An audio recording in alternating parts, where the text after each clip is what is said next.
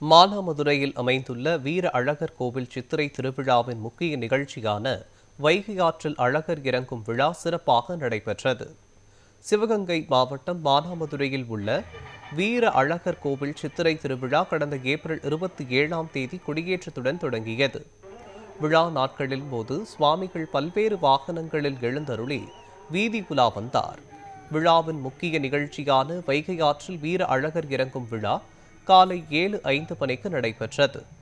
லட்சக்கணக்கான பக்தர்களின் கோஷத்திற்கு இடையே வெண்பட்டுடுத்தி வைகை ஆற்றில் வீர அழகர் எழுந்தருளி அருள் பாலித்தார்.